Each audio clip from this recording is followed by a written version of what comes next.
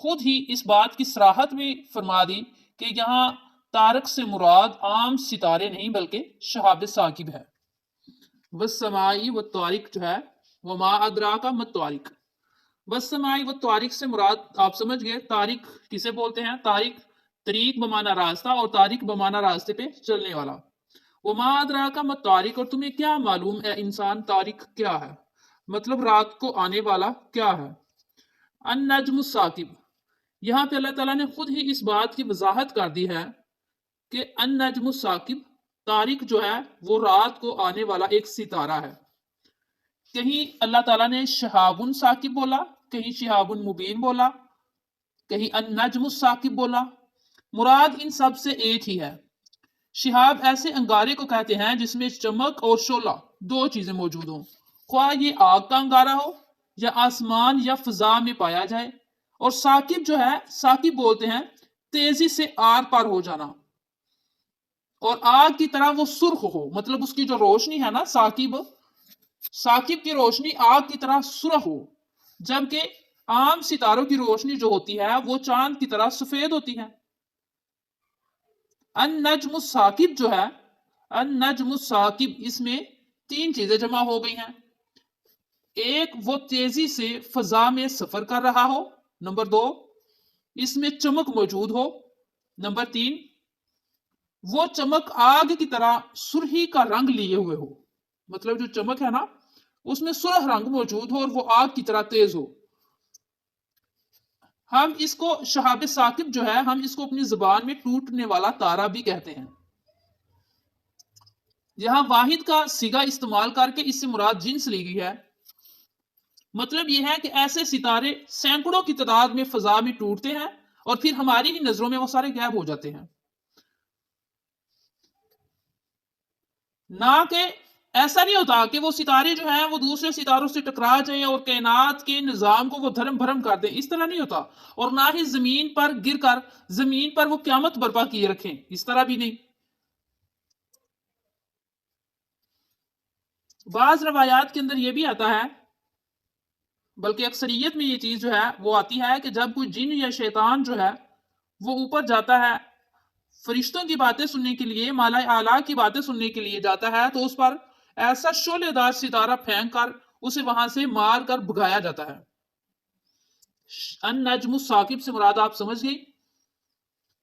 اب آگے آپ کو سمجھاتے ہیں، ان کل نفس لما علیہا حافظ، ان کل نفس نہیں ہے کوئی نفس، نہیں ہے کوئی جان، لما البتہ علیہا اوپر اس کے حافظ نگہبان ہے۔ اس سے مراد یہ ہے اہل زمین کو شہاب ثاقب جیسی بلاؤں سے اللہ تعالیٰ نے محفوظ رکھا ہوا ہے، اور اللہ تعالیٰ نے اس پر اس بات کی قسم اٹھائی ہے کہ ہر انسان پر ایک نگہبان مقرر ہے جو ہر وقت اور ہر طریقے سے ہر طرح سے اس کی حفاظت پہ مقرر ہے۔ اور یہ نگہبان کون ہے؟ یہ خود اللہ تعالیٰ کی ذات ہے جو زمین و آسمان کی ہر چھوٹی بڑی مخلوق کو دیکھ بھال کر رہی ہے، ہر چھوٹی بڑی مخلوق کی دیکھ بھال کر رہی ہے، جس کے سنبھالنے میں ہر شے اپنی جگہ پہ سنبھلی ہوئی ہے۔ اللہ تعالیٰ نے ہر چیز کی حفاظت کی ہوئی ہے، ہر چیز کو سنبھال کے رکھا ہوا ہے۔ حافظ نگہبانی اللہ تعالیٰ کر رہے ہیں، جس نے ہر جاندار کو اس کی چیزیں، اس کی ضروریات کی چیزیں جو ہیں اس کے وقت مقرر تک پہنچانی ہوتی ہیں، اور ہر مخلوق کو اللہ تعالیٰ نے زمین کی اور آسمان کی ہر قسم کی آفات سے بچانا ہوتا ہے۔ یہ اللہ تعالیٰ نے اپنے ذمے اس چیز کو لگایا ہوا ہے، اپنی یہ ذمہ داری کے طور پر اللہ تعالیٰ یہ کام کر رہے ہیں۔ سوائے موت کے، چونکہ جب موت کا وقت مقرر ہے تو تب اللہ تعالیٰ کی طرف سے مقررہ وقت پر انسان ہے یا جاندار ہے، اس کی موت کے وقت اس کی جان جو ہے وہ نکل کر رہے گی۔ اس کے مطلب موت کے وقت کے علاوہ جو ہے انسان کوئی بھی جاندار چیز ہے اس کی حفاظت کی ذمہ داری اللہ تعالیٰ نے لی ہوئی ہے۔ ان کل نفس لما علیہا حافظ، نہیں ہے کوئی نفس، لما البتہ علیہا اوپر اس کے حافظ ایک نگہبان ہے یا حفاظت کرنے والا ہے۔ لما جو ہے اس کا معنی مگر بھی آئے گا، مگر اس کے اوپر ایک نگہبان ہے۔ لما جو ہے یہ اللہ کے معنی میں آیا ہے یہاں پہ، لما مگر علیہا اوپر اس کے حافظ ایک نگہبان مقرر ہے۔ جو ہر قسم کی مصیبتوں سے، بلاؤں سے، آفتوں سے اس کو بچانے والا ہے۔ یہ حفاظت جو ہے ان کل نفس لما علیہا حافظ میں، یہ حفاظت اکثر اوقات ایسے غیر شعوری طریقوں سے ہوتی ہے کہ انسان کو اس کا علم تک نہیں ہوتا۔ جب کبھی علم ہوتا ہے تو انسان کی زبان سے یہ الفاظ بے ساختہ نکل آتے ہیں کہ فلاں فلاں موقع پر اللہ تعالیٰ نے مجھے ہاتھ دے کر بچا لیا، ورنہ میرے بچنے کی کوئی امید نہ تھی۔ مطلب ایسے واقعات جو ہیں وہ اکثر انسان کے ذہن سے، انسان کے سامنے سے انسان کو نظر آتے رہتے ہیں۔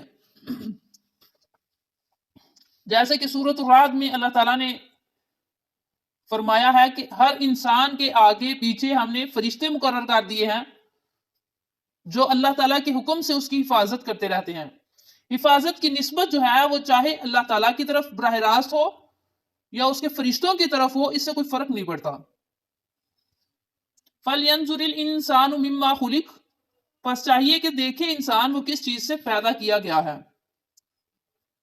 عالم بالا کی طرف توجہ دلانے کے بعد اب انسان کو دعوت دی جا رہی ہے کہ وہ اپنی پیدائش پہ بھی ذرا غور کرے کہ اس کے ماں کے پیٹ کے اندر اس کی پرورش کون کر رہا تھا، کون ہے جس نے اس کی ماں کے حمل کو رحم مادر میں جمائے رکھا، ماں کے پیٹ میں جمائے رکھا، اور اتنا سخت جمایا کہ بغیر کسی شدید حادثے کے حمل ضائع تک نہیں ہو سکتا تھا۔ فَلْيَنْظُرِ الْإِنسَانُ مِمَّا خُلِقَ، مطلب یہ ہے کہ جب بچہ ماں کے پیٹ سے باہر آتا ہے تو وہ اتنا زیادہ کمزور، اتنا زیادہ ناتواں ہوتا ہے کہ اتنا کمزور بچہ کسی دوسری مخلوق کا نہیں ہوتا۔ پھر دوسری تمام مخلوقات سے بڑھ کر اللہ تعالیٰ اس کی نشو و نما کے انتظامات فرما دیتے ہیں۔ پھر پیدائش سے لے کر موت تک اس کی مسلسل اللہ تعالیٰ نگرانی کرتے رہتے ہیں۔ پھر اللہ تعالیٰ اسے بیماریوں سے، حادثات جو ہیں ان سے، اور مختلف قسم کی آفات سے بچاتے رہتے ہیں۔ یخرج من بین الصلب والترائب، نکلتا ہے وہ، مطلب وہ پانی، من بین الصلب پشت کے درمیان سے، والترائب اور سینے کے۔ صلب سالب العظمی بمانا ہڈی، یعنی مغز یا گودا نکالنا، اور صلب جو ہے وہ ریڑھ کی ہڈی ہے، ریڑھ کی ہڈی کا گودا۔ چونکہ یہ ہڈی انسان کی پشت کے درمیان ہوتی ہے، اس لیے ریڑھ کی ہڈی کو اور پشت کو بھی صلب کہا جاتا ہے۔ اب رہی بات ترائب کی، تو ترائب جو ہے وہ تربیہ کی جمع ہے، اور تربیہ جو ہے اس کا معنی ہے سینے کی ہڈی اور پسلیاں، مطلب سینے کی ہڈیاں اور پسلیاں۔ اس آیت کا اب مفہوم اس طرح سے ہے کہ یہ نطفہ جو ہوتا ہے یہ ان اعضاء سے نکلتا ہے جو صلب اور سینے کی پسلیوں کے درمیان میں ہو۔ مطلب ان اعضاء سے یہ نطفہ نکلتا ہے، یہ پانی نکلتا ہے جو صلب اور سینے کی پسلیوں کے درمیان میں ہے۔ اس سے بعض مفسرین نے یہ سمجھا کہ مرد کا نطفہ چونکہ صلب سے نکلتا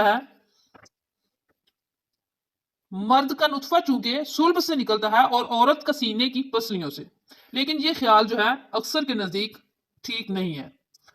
بعض کا خیال یہ ہے کہ منی خواہ آدمی کی ہو یا عورت کی، عمل انہضام کے چوتھے مرحلے پر یہ پیدا ہوتی ہے، اور اس کی تخلیق میں اعضائے رئیسہ یعنی دل، جگر اور دماغ، ان کا خاصا عمل ہوتا ہے۔ اب یہ بات رہی کہ انسان کا دماغ تو دھاڑ میں نہیں ہوتا، انسان کا دماغ دھاڑ کے اندر تو نہیں ہے، تو غالباً اسی نسبت سے یہاں پہ صلب کا لفظ استعمال ہوا ہے کہ ریڑھ کی ہڈیوں کے درمیان جو مغز یا گودا ہوتا ہے یہ دماغ ہی کا حصہ ہوتا ہے۔ یخرج من بین الصلب، وہ پانی جو نکلتا ہے من بین الصلب پشت کے درمیان سے، والترائب اور سینے کے درمیان سے، پشت اور سینے کی ہڈیوں کے درمیان سے، انہ بے شک وہ علی رجعہ اس کے پھیر لانے پر، اس کو دوبارہ لٹانے پر، لقادر البتہ قادر ہے۔ انہ علی رجعہ لقادر جو ہے اس سے مراد یہ ہے کہ وہ اللہ جس نے انسان کو پہلی مرتبہ پیدا کیا، وہ اللہ کہہ رہا ہے کہ انسان کو چاہیے کہ وہ اپنی پیدائش کی طرف دیکھے، مما خلق، کہ انسان کس چیز سے پیدا کیا گیا ہے، انسان غور کرے اس چیز پہ، فَلْيَنْظُرِ الْإِنسَانُ مِمَّا خُلِقَ، انسان کو دیکھنا چاہیے کہ وہ کس چیز سے پیدا ہوا. خُلِقَ مِن مَاءٍ دَافِقٍ، اچھلتے ہوئے، زور سے اچھلتے ہوئے پانی سے پیدا ہوا، اچھل کر نکلنے والے پانی سے پیدا ہوا. یخرج من بین الصلب والترائب، جو باپ کی پشت اور سینے کی پسلیوں ہڈیوں کے درمیان سے نکلتا ہے. انہ علی رجعہ لقادر، بے شک وہ اس کے دوبارہ پھیر لانے پر، دوبارہ زندہ کرنے پر قادر ہے. مطلب یہ ہے کہ جس اللہ نے پہلے انسان کو پیدا کیا، پہلے انسان کچھ بھی نہ تھا، جس اللہ نے پہلے پیدا کیا، کیا وہ دوبارہ انسان کو پیدا کرنے پر قادر نہیں ہے؟ کیا اس بات پر وہ قدرت نہیں رکھتا؟ کیوں نہیں؟ یقیناً اللہ تعالیٰ اس بات پر قادر ہے کہ وہ انسان کو دوبارہ پیدا کرے، دوبارہ زندگی دے. یہ عجیب چیز نہیں ہے، بلکہ اللہ تعالیٰ کے ایک معجزہ ہے. اگر کچھ لوگ یہ سمجھتے ہیں کہ یہ سب اتفاقات کا نتیجہ ہے، سب اتفاقی طور پہ بن گیا، تو یہ چیز غلط ہوگی. کیا یہ چیزیں جو زندگی کے اندر مطلب جن کو ہم استعمال کر رہے ہیں، مثال کے طور پر کارخانے چل رہے ہیں، مثال کے طور پر یہ شہر آباد ہیں، یہ سڑکیں آباد ہیں، یہ پورے گاؤں آباد ہیں، پورے اتنے زیادہ مکانات ہیں، کیا یہ سارے کے سارے خود ہی وجود میں آ گئے؟ یہ نہریں جو چل رہی ہیں، یہ جو دریا ہیں، یہ سارا کچھ اتفاقات کا نتیجہ ہے؟ نہیں، نو، یہ اتفاقات کا نتیجہ نہیں ہے. ان سب کو بنانے والی کوئی چیز ہے. اگر یہ چیزیں انسانوں نے اپنے ہاتھوں سے بنائی ہیں تو کیا انسان خود سے وجود میں آ گیا؟ نو، انسان کو بنانے والی بھی کوئی ذات ہے، اور جو اس چیز کا حساب رکھے گی، حساب لے گی کہ انسان دنیا کے اندر کیا کرتا رہا ہے. اگر انسان نے مکانات بنائے، سڑکیں بنائی، دریا بنائے، سمندر، اگر یہ چیزیں جو ہیں، یہ چیزیں اگر انسان نے خود سے بنائی ہیں، تو ایسی چیز بھی ہے، ایسی ذات بھی ہے جو انسان کو بنانے پہ قادر ہے اور انسان کا حساب لینے پہ بھی قادر ہے. یوم تبل السرائر، جس دن جانچ پڑتال کی جائے گی چھپی ہوئی باتوں کی، جس دن آزمائی جائیں گی، سامنے لائی جائیں گی چھپی ہوئی باتیں، چھپے ہوئے راز. مطلب یہ ہے کہ پوشیدہ راز جو ہیں، جو انسان کے اعمال ہیں، جن کا تعلق خواہ نیت سے ہو، ارادے سے ہو، پورے ہوں یا نہ ہوں، دنیا کے اندر رہتے ہوئے وہ راز جو ہیں وہ چھپے رہے، خواہ وہ اعمال انسان کے پورے ہوں یا نہ ہوں. قیامت والے دن وہ سارے کے سارے سامنے لائے جائیں گے، وہ ساری کی ساری خواہشات، وہ سارے کے سارے انسان کی جو اغراض ہوں گی، جو خواہشات ہوں گی، وہ ساری کی ساری سامنے لائی جائیں گی. یوم تبل السرائر، دنیا کے اندر جس طریقے سے کام کرتا رہا انسان، خواہ اس کی نیت اچھی ہو یا بری، کام اچھا ہو یا برا، حسد، کینہ، بغض، چوری، حرام کام، حلال اور حرام کی کمائی، جو اس نے اپنے بچوں کو کھانا کھلایا، جو اپنے والدین کے ساتھ جھوٹ بولتا رہا، بہن بھائی کے ساتھ جھوٹ بولتا رہا، کینہ، بغض، یہ ساری باتیں قیامت والے دن کھل کے سامنے لائی جائیں گی، کھول دی جائیں گی. ان سب کو کھول کر باہر نکال دیا جائے گا اور ان کی جانچ پڑتال کی جائے گی. یوم تبل السرائر، جس دن جانچ پڑتال کی جائے گی، جس دن کھولی جائیں گی، ظاہر کر دی جائیں گی پوشیدہ باتیں، سارے راز. فما لہ من قوت ولا ناصر، فما لہ، بس نہیں ہے اس کے لیے، من قوت، کوئی قوت، کوئی طاقت، ولا ناصر، اور نہ کوئی مددگار.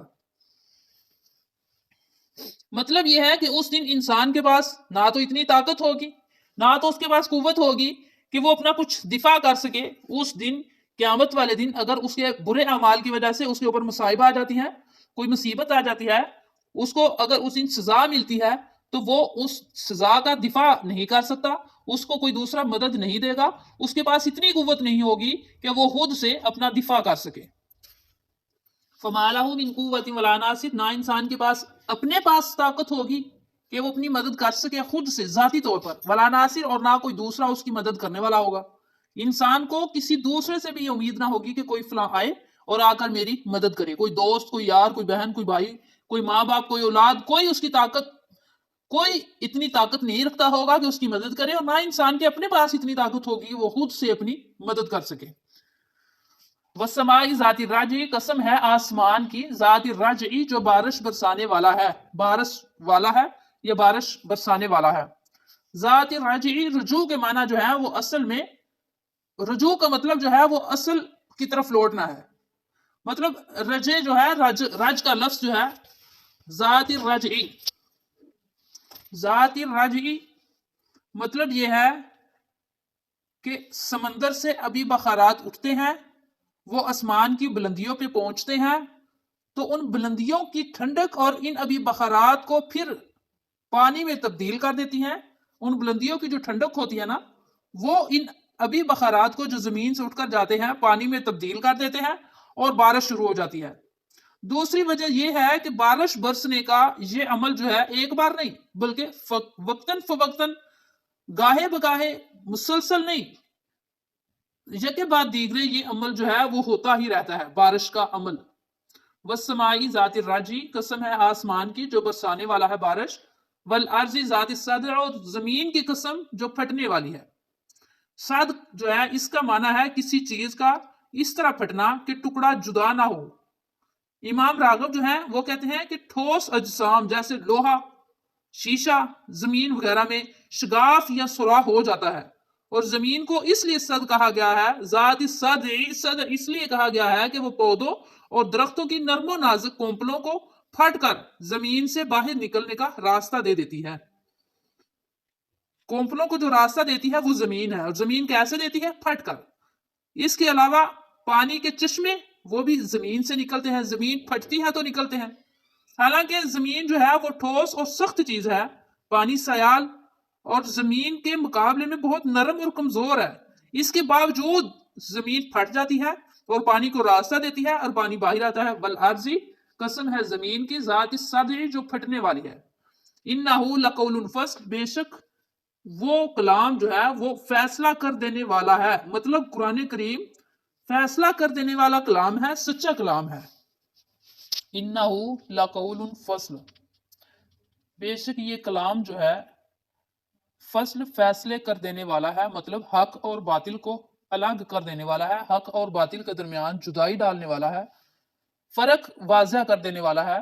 مطلب یہ ہے کہ زمین سے بارش کا ہونا اور زمین سے نباتات کا اگنا مطلب یہ ہے کہ یہ کوئی ہنسی مذاق کی بات نہیں ہے.